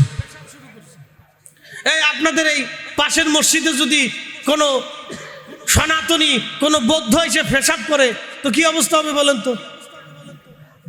যুদ্ধ লেগে যাবে না? খালি যুদ্ধ লাগবে। বাঙালি তো হুজুগে মাতাল, একবারে কেউ বলবে ধর হিন্দুর যত গোষ্ঠী আছে আজকে সাফ করব, এই কথা বলে মনে করছে হিন্দু কলোনিতে আক্রমণ করে বসবে। ওরা আমাদের মসজিদে পেশাব করে, ওকে সাহস কত বড়! দোষ করছে একজন, সারা বাড়ি আগুন দিয়ে জ্বালাবেন। ওই যে বাংলাদেশে বহুবার এরকম ঘটনা ঘটছে। বেদুইন এসে নবীর মসজিদে পেশাব করতেছে, সহিহ বুখারী হাদিস। আল্লাহ রাসূলের মসজিদে পেশাব করতেছে বেদুইন এসে। এই আমার দিকে তাকান, বেদুইন পেশাব করতেছে। সাহাবায়ে কিরাম ধরতে গেছে, এই করো কি তুমি? আল্লাহ রাসূল বললেন, সাহাবীরা থামো, পেশাব করতে দাও। একসাথে বলবেন আল্লাহু আকবার। না হয় না, জোরে জোরে জোরে, আরো জোরে জোরে জোরে, না আরো জোরে বলে। রহমতের নবী বললেন, থামো, পেশাব করতে দাও। কোন মসজিদ বলেন তো যেই মসজিদে রিয়াজুল জান্নাহ? কোন মসজিদ বলেন তো যেই মসজিদে 1 রাকাত নামাজ পড়লে 50,000 রাকাতের সওয়াব? কোন মসজিদ বলেন তো যেই মসজিদে হাজার হাজার সাহাবী নামাজ পড়েছে? কোন মসজিদ বলেন তো যেই মসজিদের সরাসরি ইমাম রাহমাতুল লিল আলামিন? কোন মসজিদ বলেন তো যেই মসজিদে বারে বারে জিবরাইল আমিন আসছে? কোন মসজিদ বলেন তো যেই মসজিদে বহুবার কোরআনের আয়াত নাযিল হয়েছে? কোন মসজিদ বলেন তো যেই মসজিদের পাশে আম্মা জানরা নবীকে নিয়ে থাকতেন? কোন মসজিদ বলেন তো যেই মসজিদের 4 খলিফা तमाम দুনিয়া শাসন করেছে? সেই মসজিদে এসে বেদুইন পেশাব করতেছে, সাহাবীরা ধরতে গেছে, নবী বলেন, থামো, ধরো না, বাধা দিও না, পেশাব করতে দাও। ইহসান শিখে যান, এটার নাম ইহসান, দয়া। বেদুইন ভুল করলে সাহাবীরা তো করতে পারে না। এই আমার দিকে তাকান, আল্লাহর নবী ডাক দিলেন, সাহাবীরা থামো, বেদুইনকে পেশাব করতে দাও। বেদুইন পেশাব শেষ করে ফেললেন। নবীজি বলেন, সাহাবীরা রে মশক ভরে পানি আনো, কলস ভরে পানি আনো। পানি এনে যে এখানে পেশাব করেছে পানি দিয়ে ঢেলে মসজিদ পরিষ্কার করে দাও। যদি বাংলাদেশে হইতো এরকম কাণ্ড, বলেন, তুফান তুফান তুফান। মানুষ খালি বলে ব্রাহ্মণবাড়িয়ার মানুষ মারামারি করে, আর সারা দেশের মানুষকে আঙ্গুল চুষে।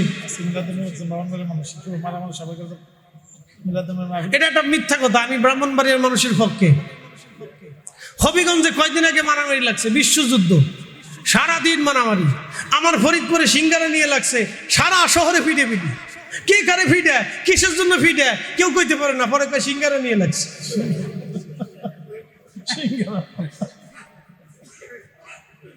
বিয়ে বাড়িতে মারামারি, কি নিয়ে মারামারি? খাবার নিয়ে মারামারি। কি অবস্থা আমার দেশে, কত অসুস্থতা আপনি একটু চিন্তা করেন, ভাবেন, এটা ভাবেন।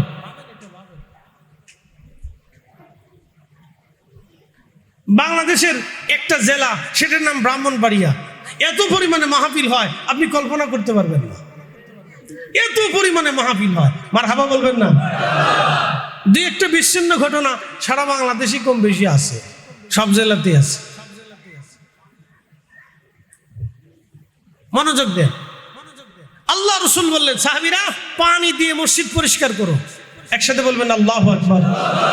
মসজিদ পরিষ্কার করে দাও। মসজিদ পরিষ্কার হয়ে গেল। রাসূল করিম বেদুইনকে বসায় বললেন, হে বেদুইন, শোনো, এটা মসজিদ, আল্লাহর ঘর, পবিত্র জায়গা। এটা পেশাবের জায়গা না। এখানে কোরআন তেলাওয়াত হয়, এখানে সালাত হয়, এখানে নামাজ হয়, এখানে জিকির হয়। এটা পবিত্র জায়গা। সুন্দর করে বেদুইনকে বুঝাইলেন, বেদুইন বুঝে গেল। একসাথে বলবেন না মারহাবা? না আরো জোরে জোরে জোরে বলেন, জোরে। হ্যাঁ, এটার নাম ইসলাম। এটা রাসূল শিখিয়ে গেছে। হ্যাঁ, এটাই শিখিয়ে গেছেন। যদি বলেন রাসূলেরটা ভুল ছিল, তাহলে আপনি ঠিক করে দেন। আর আপনি মুসলমান আছেন কিনা ভালো করে লুঙ্গির কাপড় উঁচু করে টর্চ লাইট মেরে দেখতে হবে আপনার মুসলমানই দিচ্ছে কিনা, খাতনা করছে কিনা।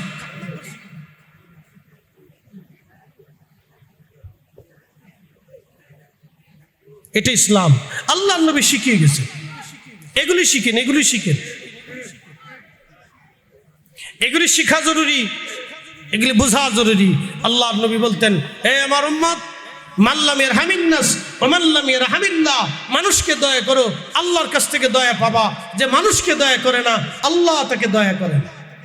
ইহসান করো, দয়া করো, ইহসান করো, মানুষকে দয়া করো। আল্লাহ দয়া করতে শিখিয়েছেন। আল্লাহ নিজে দয়াশীল, দয়াশীলকে ভালোবাসেন। আল্লাহ নিজে হেসান করেন বলা, এই জন্য আল্লাহ হেসান শিখিয়েছেন। যারা হেসান করে আল্লাহ তাদেরকে হেসান করে, যারা দয়া করে আল্লাহ তাদেরকে দয়া করে। আল্লাহ নিজের নাম রহমান, নিজের নাম রহিম, আল্লাহ দয়া করে। বলে হুজুর আল্লাহ কেমনে দয়া করলো? এই যে বৃষ্টি দেয়, এই যে বৃষ্টি দেয়, এই যে খাবার দেয়, এত আল্লাহর অবাধ্য হলেন। এখানে বহু মানুষ আছে মাগরিব পড়ে নাই, এশা পড়ে নাই, ফজর পড়বে না, এই এক সপ্তাহের ভিতরে নামাজ পড়ে নাই। বহু আছে জুমার নামাজটাও পড়ে নাই, তারপরে আল্লাহ তারে খাবার দেয়, অক্সিজেন দেয়। বহু মানুষ আছে জীবনেও কোনোদিন আল্লাহকে আল্লাহ বলে স্বীকার করে না। পাথরের সামনে, প্রতিমার সামনে, মূর্তির সামনে, সূর্যের সামনে, আগুনের সামনে, নগরের সামনে, ওই কি বলে আপনার এই সূর্যের সাগরের সামনে মাথা নত করে সেজদায় পড়ে পূজা অর্চনা করে, তাকেই খোদা মানে, তাকেই প্রভু বিশ্বাস করে।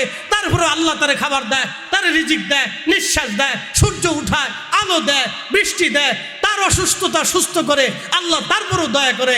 একসাথে বলবেন না মারহাবা? আল্লাহ তারপরেও দেয়। এই জন্য তার নাম রহমান, এই জন্য তার নাম রহিম। যদি দুইটা নাম না থাকতো তাহলে পৃথিবী ধ্বংস হয়ে যেত, সূর্যের আলো বন্ধ হয়ে যেত, পৃথিবীতে আগুন ধরে যেত, সাগর শুকিয়ে যেত, বৃষ্টি বন্ধ হয়ে যেত, পাথর পড়া শুরু হতো, জমিনের ভিতর থেকে আগুন বের হতো। আল্লাহ রহমান, আল্লাহ রহিম। এই জন্য যে দয়া করে আল্লাহ তাকে ভালোবাসে, যে দয়াশীল আল্লাহ তাকে ভালোবাসে। এই জন্য রসুলের নাম ছিল রাহমাতুল্লিল, জোরে বলেন রাহমাতুল্লিল, একসাথে বলেন রাহমাতুল্লিল বিল মুমিনিনা রাউফুর রহিম, বিল মুমিনিনা রাউফুর রহিম, বিল মুমিনিনা রাউফুর রহিম। দয়া করাকে নবী দয়া করতেন, দয়াশীল ছিলেন, নবী রহমত ছিলেন, রহমাতুল লিল আলামিন ছিলেন। রসুলের জামানাতে যুদ্ধ হলো, বহু যুদ্ধ। মক্কা বিজয় হলো, বদরের যুদ্ধ হলো, ওহুদের যুদ্ধ হলো, হুনাইনের যুদ্ধ হলো। রসুল করিম নিজে যুদ্ধে ছিলেন, নিজে যুদ্ধ উপস্থিত ছিলেন। আল্লাহর নবী যুদ্ধ করার আগে রসুল করিম সাহাবে কিরামের সামনে দাঁড়ায় বলতেন, হে সাহাবীরা, তোমরা খোদার জমিনে খোদার কালেমা, খোদার আইন, খোদার দিন, খোদার বিশ্বাস, খোদার দেওয়া পতাকা, আমি রসুলের দেওয়া আদর্শ বাস্তবায়নের জন্য তোমরা আজকে এক বিশাল বড় প্রতিরোধ আর দুশ্মনের সামনে তোমরা দাঁড়িয়েছ। যারা জমিনে আল্লাহকে মিটিয়ে দিতে চায়, তোমরা তাদের সামনে আজকে দাঁড়িয়েছ। শোনো, জয় পরাজয় অস্ত্র দিয়ে, ক্ষমতা দিয়ে, শক্তি দিয়ে কখনো জয় পরাজয় হয় না। জয় পরাজয় আল্লাহর আসমান থেকে বাজেট হয়। যদি আল্লাহ আমাদেরকে বিজয় দান করে, তাহলে শোনো, তোমরা কোনো বন্দীকে হত্যা করবে না। শোনো, কোনো যুদ্ধবন্দীকে হত্যা করবে না। শোনো, কোনো যুদ্ধবন্দীর মাল সামানাকে, যুদ্ধবন্দীর বাড়ি ঘরে তোমরা হামলা করবে না। কোনো বৃদ্ধকে হত্যা করবে না, কোনো নারীকে হত্যা করবে না, কোনো শিশুকে হত্যা করবে না, কারো মাল সামানা কেড়ে আনবে না, কারো বাড়ি আগুন দেবে না, ফসলি জমি নষ্ট করবে না, গাছ কেটে ফেলবে না, তোমরা কোনো ফসলি জমি নষ্ট করবে না, গবাদি পশু হত্যা করবে না, ধরে নিয়ে আসবে না, জুলুম করবে না, অন্যায় করবে না, বাড়ি ঘর পোড়াবে না। আর বাংলাদেশে যুদ্ধ করা লাগে না। এক গ্রাম আর এক গ্রামে মারামারি লাগলে, এক এলাকা আর এক এলাকায় মারামারি লাগলে, যে এলাকায় ঠকে যায় ওই এলাকার বাড়ি ঘর গরু ছাগল সব ধরে নিয়ে চলে আসে। ইস, এরা আবার মুসলমান দাবি করে, এরা আবার নিজেকে মানুষ বলে দাবি করে। লজ্জা করা উচিত। কথা বলেন ঠিক না? ঠিক। কি আশ্চর্য! মাঝে মধ্যে আমি চিন্তা করি, এদের কি শিখাইলো কে? কতটা মুসলমান আমরা, কালমা পণ্য বলা জাতি, এখনো পর্যন্ত অনেক কিছু শিখি। আমরা কালমা পণ্য বলা জাতি, এখনো পর্যন্ত অনেক কিছু শিখেই নি।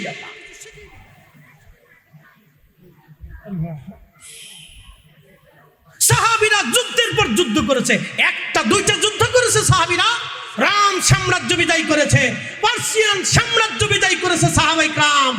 ও সাহাবীদের জীবনে কোনো নারী হত্যার রেকর্ড নাই, সাহাবীদের জিন্দেগিতে কোনো শিশু হত্যার রেকর্ড নাই, সাহাবীদের জিন্দেগিতে কারো বাড়ি ঘরে আগুন দেওয়ার রেকর্ড নাই, সাহাবীদের জিন্দেগিতে কোনো পশু হত্যার রেকর্ড নাই, সাহাবীদের জিন্দেগিতে কোনো মাল সামানা এই বাড়ি ঘর থেকে সাজ করে নিয়ে আসার কোনো রেকর্ড নাই, সাহাবীদের জিন্দেগিতে এইভাবে কোনো নারীকে ধর্ষণ করার রেকর্ড নাই। একসাথে বলবেন আল্লাহু আকবার। হ্যাঁ না, জোরে বলেন, জোরে বলেন। পৃথিবীর বিরাট বড় কুফফার বাহিনীর সাথে লড়াই করেছে পার্সিয়ান সাম্রাজ্য। বুঝেন, 4000 বছর ধরে যারা পৃথিবীতে টিকে ছিল তাদের সাথে জিহাদ করেছে সাহাবীরা।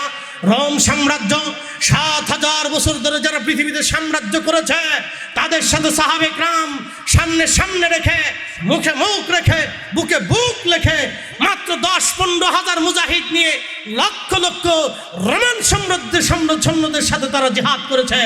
মুতার প্রান্তরে 3000 সাহাবী নিয়ে 2 লক্ষ কাফেরের সাথে সাহাবে کرام বুক চেতিয়ে লড়াই করেছে, জিহাদ করেছে। তারপরও সাহাবে کرامদের হারাইতে পারে নাই। তারপরেও সাহাবে کرام সেই দিনে, সেই কঠিন সময়ে সাহাবে کرام কোনো নারীকে এনে ধর্ষণ করে নাই, কারো বাড়ি আগুন দেয় নাই, কারো মাল সামানা লুট করে নাই। সাহাবীরা সেই সময় তো জিহাদ করেছে। 1450 বছর পরে এত দিন, এত ইউটিউব, এত চ্যানেল, এত লেখাপড়া, বিশ্ববিদ্যালয়ের ছেলে পড়াশোনা করে ও গরু চুরি করে নিয়ে আসে, এই মাদ্রাসায় পড়া ছেলে অন্যের বাড়ি হামলা করে নিয়ে এই কাঁথা কম্বল চুরি করে নিয়ে আসে। আশ্চর্য!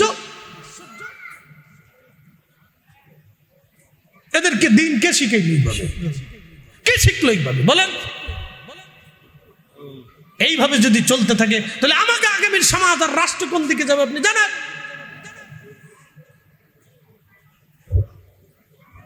ওরে মুসলমান, আমাদেরকে শিখতে হবে। বলে কি শিখবো? সাহাবা کرامের আদলে শিখবো। বলে শিখতে হবে কি শিখবো? রসুলের আদর্শে শিখতে হবে। কথা বলেন ঠিক না বেটি? নবীর আদর্শে শিখতে হবে আমাদেরকে। প্রিয় উপস্থিতি আমার, এগুলো আমাদের বোঝা জরুরি দায়িত্ব, এগুলো আমাদের শোনা জরুরি দায়িত্ব। আল্লাহ কেন দুনিয়াতে পাঠাইলেন? কাজ কি আমাদের? কি কাজ আমাদের? বলেন, আমাদের কাজ ছিল ক্ষুধার্তর ঘরে খাবার পৌঁছানো, আমরা ব্যর্থ হয়েছি। আমাদের কাজ ছিল অসুস্থকে সেবা দেওয়া, আমরা ব্যর্থ হয়েছি। আমার দিকে তাকান, উন্নত বিশ্বের দিকে তাকান, ইউরোপের দিকে তাকান।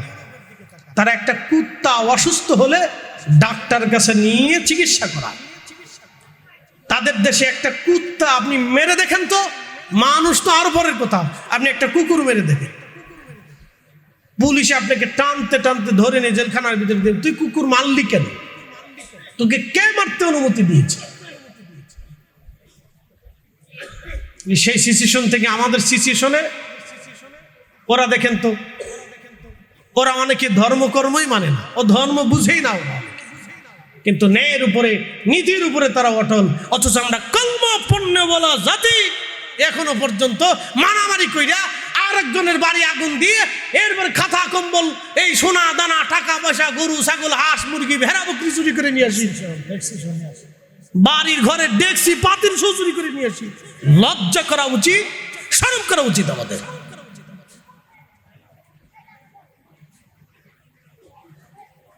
প্রিয় উপস্থিতি, আমার কথা যদি অনৈতিক হয় তাহলে বলবেন হুজুর আপনি রসুলের আদর্শের বাহিরে বলতেছেন।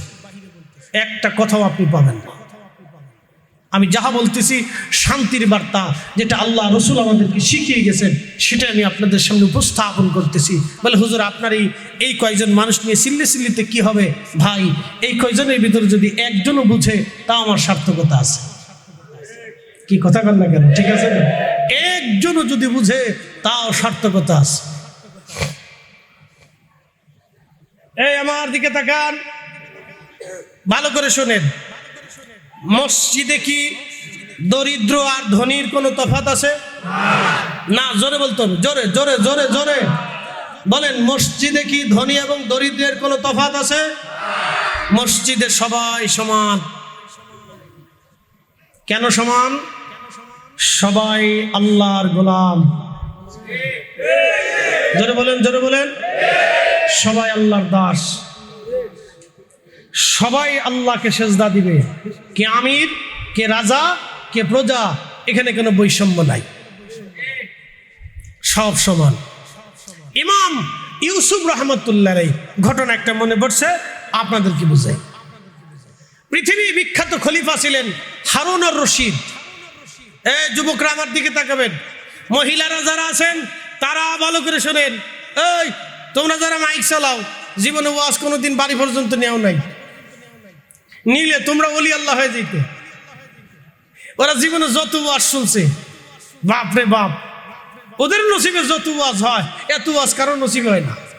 কথা ঠিক না? ভালো করে শোনেন, আমার দিকে তাকান। হাজরতে মহিলারা যারা আছেন খুব ভালো করে শুনবেন। ঘরের ভিতরে যারা আছেন, বিল্ডিং এর প্রাসাদের ভিতরে যারা আছেন, ধনী যারা আছেন, বিরাট বড় শিক্ষিত যারা আছেন, এবং যারা ঘরের ভিতরে কাজের বেডিরে পিটান, তারাও শুনেন। ঠিক আছে কোনটা? মনে হয় চট্টগ্রামের ধনীরা মহিলারা কাজের বেটিতে ফিটায় না, না ঢাকা শহরে ফিটাই না, না তো না ফিটাইলে মাঝে মধ্যে এত মামলা মোকদ্দমা আসে কোত্থেকে? এদেশের বহু নারী আছে, একটা বাড়ির মালিক হলে মনে করে যে আমি একবারে রানী এলিজাবেথ হয়ে পড়ছি। ইস, বাবার ছুটে বাসে না উনি 3 দিন গোসল না করলে শরীর দেখা ফাটার কিন্তু হেতে এসে ভাবলে রানী এলিজাবেথের বাপ লইছে।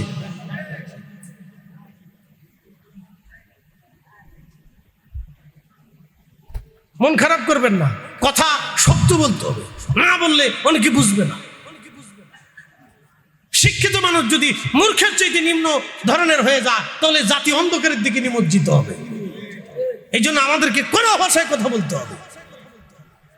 একসাথে বলেন আল্লাহু আকবার। খলিফা হারুন রশিদ কত বড় খলিফা একটু বুঝাই। বর্তমানে ইরান, ইরাক, ওমান, ইয়ামান, কাতার, দুবাই, কুয়েত, বাহরাইন, সৌদি আরব, জর্দান, মিশর, Lebanon, Libya, Tunisia, Algeria, Nigeria, Sudan, বাকিটার বললাম না। এই 17টা একবারে সর্বনিম্ন ধরেন। দেশ হবে কয় শত বাংলাদেশের সমান হবে? এত বড় মিল্লাতের খলিফা হারুন রশিদ তার স্ত্রী খেলাফতের অর্থ দিয়া কখনো নিজে খেতেন না, বাজার করতেন না, খাইতেন না। তিনি টুপি বানাইতেন, টুপি সেলাই করে টুপি বিক্রি করে যেই টাকা আসতো ওই টাকা দিয়ে বাজার করে যাহা আসতো, রুটি হলে রুটি খেতেন, না হলে খেজুর হলে খেজুর খেতেন, না হলে না খেয়ে থাকতেন। আসতে হয়ে গেল না? জোরে বলেন, জোরে বলেন। আর এমন এক নারী ছিল জীবনে তাহাজ্জুদ কাজা করে নাই। আর আমরা দেশের বহু বেডি আছে, বহু নারী আছে 6 মাসে ওযু করে না। বলে ওযু করব কেমনে? কদ্দুর আটা দলে, কদ্দুর লিপস্টিক দলে, কি করে না করে এই জানে। কষ্ট হইতেছে আপনাদের? বাড়ি গেলে আজকে খাওয়ান নাই, এই হুজুরি বর্ষণ লেখা চলে আসবো না। প্রিয় মা বোনেরা, খুবই মনোযোগের সাথে শুনবেন। সেই খলিফা হারুন রশিদের স্ত্রীর নাম ছিল জুবাইদা। নাম কি? জুবাইদা। যদি কোনোদিন হজে যান, আরাফাতের মাঠে যাবেন। আরাফাতের মাঠ, এই আরাফাতের মাঠ পর্যন্ত একটা নহর 25 মাইল দূর থেকে, ঝর্ণা থেকে একটা নহর টেনে এনেছেন তিনি। একটা নহর নালা তৈরি করে দিয়েছেন, ড্রেন। সেই জমানাতে 25 মাইল দূরে, আপনি গেছিলেন না? একবারে 25 মাইল দূর থেকে একটা নহর আনা হয়েছে। এই নহরের নাম হলো জুবাইদা, নহরে জুবাইদা। হযরতে জুবাইদা রাহমাতুল্লাহ আলাইহা, তিনি সেই মহিয়সী নারী। লক্ষ লক্ষ কোটি কোটি হাজীদের জন্য তিনি শত শত বছর ধরে তার খেদমত চলমান ছিল। শত শত বছর ধরে তার খেদমত চলমান ছিল। আরাফাতের হাজীদের যাতে পানির কষ্ট না হয় সেই জন্য তিনি নহর বানিয়ে দিয়েছিলেন। নহরের নাম নহরে জুবাইদা। তিনি হজ করতে এসে আরাফাতের মাঠে আসার পরে দেখলেন হাজীদের বিরাট বড় কষ্ট হয়। তখন এই জুবাইদা রাহমাতুল্লাহ আলাইহা তিনি বললেন, বাদশাহ, আল্লাহ আমাকে এই দুনিয়ার সাম্রাজ্য বানিয়েছেন, আল্লাহ আমাকে মুসলিম মিল্লাতের সাম্রাজ্য বানিয়েছেন, আপনাকে খলিফাতুল মুসলিমিন বানিয়েছেন। এরা আল্লাহর মেহমান, এরা আরাফাতের মাঠে আসে। আমি একটা খেদমত তাদের জন্য করে দিতে চাই। আমি একটা নহর তৈরি করব। এই নহরটা ঝর্ণা থেকে, সাগর থেকে নহর আসবে। এই পানিগুলি হাজিরা আরাফাতের মাঠে তারা ভক্ষণ করবে যাতে তাদের কষ্ট না হয়। সে আরাফাতের হাজীদের জন্য তিনি নহর বানিয়েছিলেন, নাম নহরে জুবাইদা। এখনো সেই নহর আছে। একবার জোরে বলবেন কি মারহাবা। আর আমার দেশের নারীরা প্রতিবেশীরে খাবারও দিতে চায় না।